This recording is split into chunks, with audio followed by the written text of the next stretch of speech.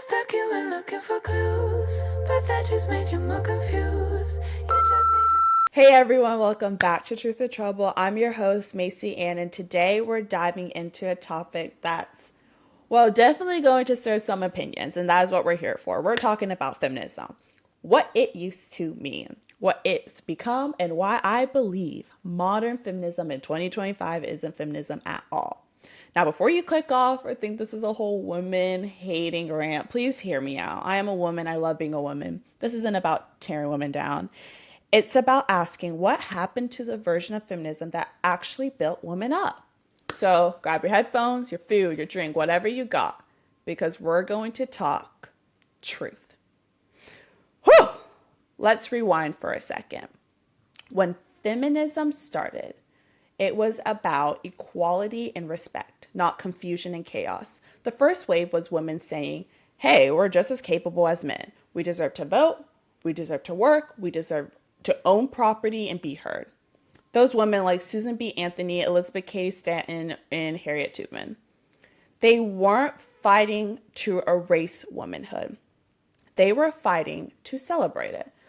Then later in the 60s and 70s, women fought for equal opportunity to go to school, to have careers, to be paid fairly. It was about empowerment, not enlightenment. And if y'all know me, I blame COVID for everything. Everything. I blame COVID for our mental illness today. I blame COVID for people thinking that they can transition into whatever they want. I blame COVID for a lot of this stuff, a lot of this crap that's going on. But then something happened.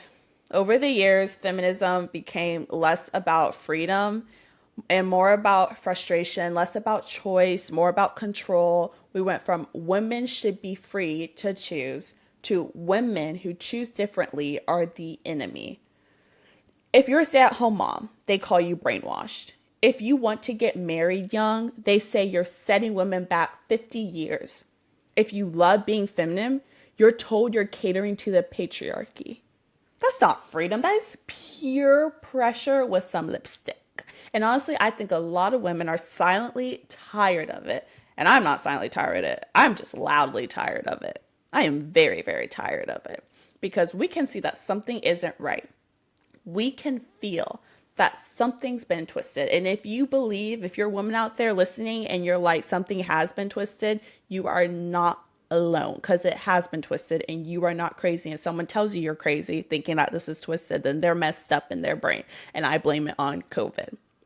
Somewhere along the way, feminism stopped being about empowering women and started being about defending ideologies. You can't even say women anymore without offending someone.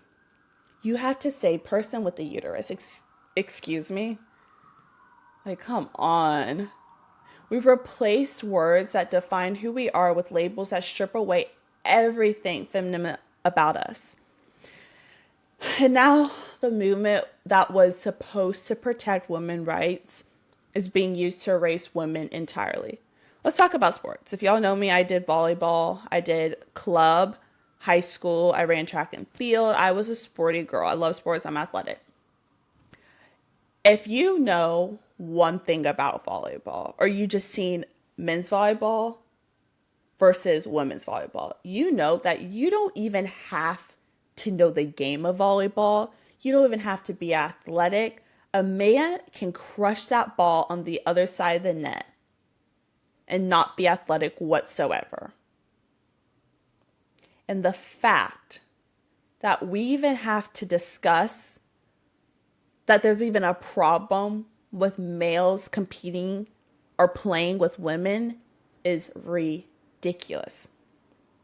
There are young girls training their whole lives for college scholarships. A lot of my friends are. I was one of them, and then I decided to just give it up. But they eat clean. They work hard. They push themselves to the limit. They have trainers. They are training every single day for hours and hours. And then they're told that they have to compete against a biological male who went through puberty as a male, built muscle mass as a male, and now identifies as a female. They lose their records. They lose their confidence. And when they speak up, they're told, be quiet, that is transphobic. How is that equality? How is that feminism? It's not. It's discrimination against women dressed up as progress. And you know what's worse? Is women who speak up about it, even feminists, get attacked by other feminists. Riley Gaines, Peyton McNabb. Peyton McNabb got concussed by a male in her high school game. Concussed by a male. Because that male was stronger than her. That's usually how males are. They're usually stronger than women.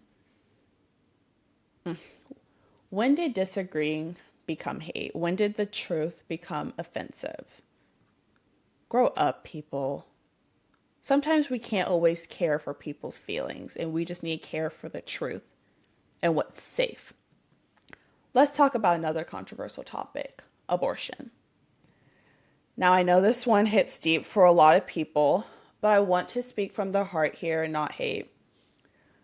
Old school feminism was about women valuing life, valuing the power of bringing life into the world. Modern feminism tells women that their strength is ending a life, murdering a life. We've gone from my body, my choice, to my convenience, my right. And I get it, life is complicated. Everyone has some complication in their life, trust me. But somewhere along the line, or the way, abortion became marketed like empowerment, like it's self-care. That's not empowerment, that's pain being rebranded as power. Are you really going to look at a woman, say you're a feminist, and be like, you go murder that baby? You're not going to say murder because we've been brainwashed into thinking that abortion is health care, that is protecting the mother, that is okay, that's just a clump of cells. Lies, lies, lies. Lies. Real feminism would say you are strong enough to face hard choices. You are capable enough to be a mom and build a life. You are valuable, and so is the life inside you. We should be uplifting.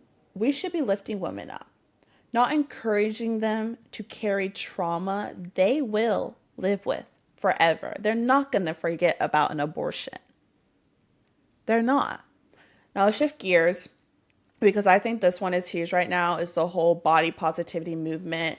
If you've been listening to my podcast, the last week's episode was about the whole Victoria's Secret supermodel and the runway show. And I highly recommend y'all watching it because I really put in my input with the whole role models and body positivity. But it was meant to say, everybody deserves love and respect. And yes, 100% true, but over the time, it's turned into something dangerous. Now, like being unhealthy is called being empowering. We've gone from celebrating curves to celebrating medical obesity. From love yourself to don't you dare try to change. And that's not love. That is fear disguised as acceptance. I've seen influencers post, if you exercise, you're fat phobic. If you exercise, you are fat phobic is what I've seen influencers say. Or diet culture is toxic. No, shame is toxic. But taking care of your body is respect. Your body isn't your enemy. It's your home. And if you love your home, you take care of it. If you don't love your home, well, you don't have to be a size 2. But you also, I'm not even a size 2, okay? Like I'm not telling you have to be a size 2. I'm not saying you have to be skinny like a supermodel. I'm not saying that whatsoever. But you also shouldn't be told that being 300 pounds is normal. It's not normal. It's not about looks. It's about health and truth. The same people saying we care about women's health are promoting the things that destroy it. That's not empowerment. That's marketing. We need to get back to what real self-love looks like. Nourishing your body, moving your body, respecting your body. That's what real feminism should promote and should always promote.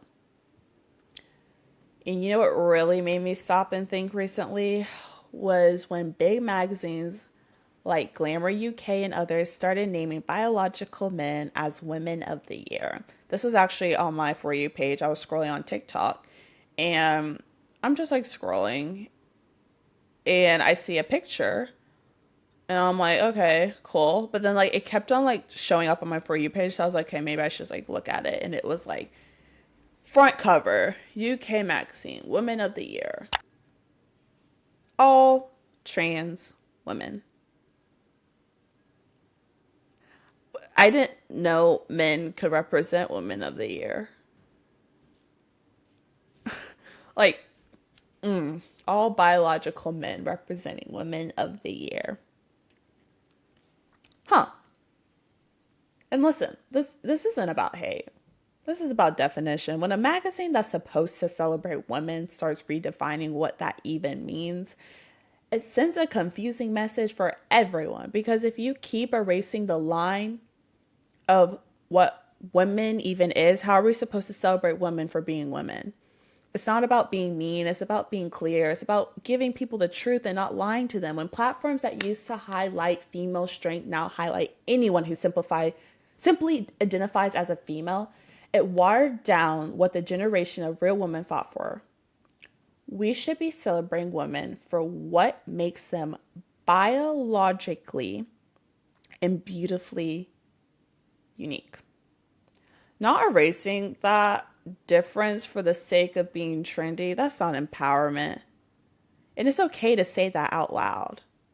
It is okay. I can't even believe that magazine did that, but this is where we come to. This is why we need to talk about it.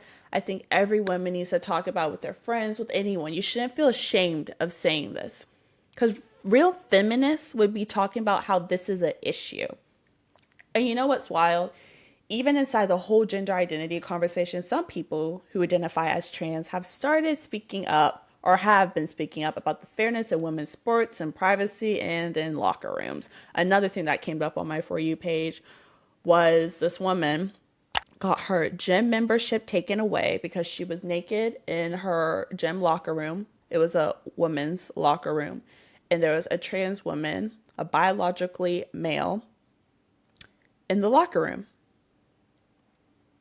Yet she got her gym membership removed because she felt uncomfortable with a man in the woman's locker room. Right. But she gets her gym membership taken away. Ridiculous. Ridiculous. He has this whole function going on in a woman's restroom. If anything, he should be out of that gym. He shouldn't even be in the restroom. And anything, that gym, those employees, they should be fired for not taking him out and saying, hey, you just can't go in there. This is for biologically XX chromosome women. But the fact that they were like, we don't really know what we can do. And then she gets her gym membership revoked. Ridiculous. And it's almost ironic that the clearest voices on protecting women's categories sometimes come from outside of them. Caitlyn Jenner, like, you make me laugh because I know you're a trans woman, but like, I just love what you are doing for women. And I feel like you're the most feminist man out there. And honestly, that just shows how messy this issue has become when people across the different sides of the debate start agreeing that we need to protect fairness for biological women in competitions and in safety-based spaces like the locker rooms, like the bathrooms. Because I'm telling you, if I was a mother, if you are a mother, you do not want your daughter in the restroom with a grown man. And what if they're not even trans women? Like, we're now going to have pedos saying that they're trans. And they're just going to want to see women in the restroom. It's disgusting. A restroom is a private place. A locker room is a private place. If we have to separate a man and a woman, then that's a private place. The point isn't who's saying it. The point is that even people who see gender differently are noticing the same problem, that women deserve fairness, boundaries, and clarity. That keeps the tone firm, clear, and thought-provoking without singling anyone out personally or turning the topic into something hostile. And here's another lie. Modern feminism sells that being feminine is weakness. Somewhere along the way, we decided that femininity wasn't something to apologize for. You wear makeup, you're insecure, you shave your legs, you're oppressed, you want to stay at home with your kids, you've been brainwashed. And honestly, that's exhausting. What's wrong with liking the color pink? What's wrong with wanting to smell good, look good, and feel good? There is nothing wrong with being feminine. Femininity doesn't mean you're less powerful. It means you're confident enough to embrace who you are. Real feminism should allow women to choose to be strong or soft or both, because real strength is having the freedom to be exactly who you are without being shamed for it. I think that's why so many women feel lost right now. We're being told that womanhood is outdated, that is something to fight, not something to embrace. But womanhood is beautiful. It's nurturing, it's fierce, it's emotional, it's steady, it's everything the world needs more of, not less. We need it. So, where do we go from here? How do we reclaim what feminism was meant to be? I think it starts with honesty and the truth. We have to be brave enough to say, not everything trendy is true. It's okay to love being a woman. It's okay to protect womanhood. It's okay to believe in boundaries, biology, and basic truth. You can support equality without supporting everything labeled as feminist. That's the part that people forget. And disagree isn't hate. Calling something empowerment doesn't make it healthy. Maybe feminism doesn't need to disappear. Maybe it just needs to grow up again. Like we all need to grow up again, okay? You are powerful because you're a woman, not because you act like a man. You are beautiful when you take care of yourself, not when you destroy yourself for likes. You are strong when you tell the truth, even when it's unpopular. That's the kind of feminism that changes the world, not the kind that trends for a week and then disappears. So yeah, feminism in 2025, it's lost its roots, but I believe it can be found again if more women start speaking up calmly, truthfully, unapologetically. We can rebuild a version of feminism that actually means something. One that celebrates being healthy, being kind, being strong, being real, being truthful. We can bring back the balance where women are proud to be women again. That's what I want for the next generation. Hopefully we can get there. That's what I want for the TikTok generation. It goes, oh, our TikTok generation is not doing so good. But girls who know that strength doesn't mean rebellion and softness doesn't mean weakness, we can be both. If you're listening and nodding along, share this episode with a friend who needs a little wake-up call. And if you're not nodding, that's okay too. Truth or Trouble isn't about comfort, it's about clarity and the truth. All right, guys, that's all for today's episode of Truth or Trouble. If this episode made you think, even if you don't agree, share it, talk about it, tag me at MacyAnn.2 or at Truth or Trouble. Let's start a real conversation about what feminism should be. Bye, guys.